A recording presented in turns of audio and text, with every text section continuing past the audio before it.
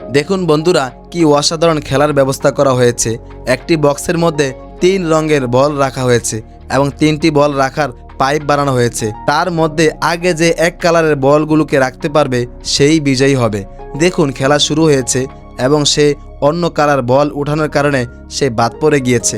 দেখি এই খেলায় জয়ী হয়ে কে। দেখতে থাকুন, শেষে কিন্তু অনেক মজা আছে বন্ধু।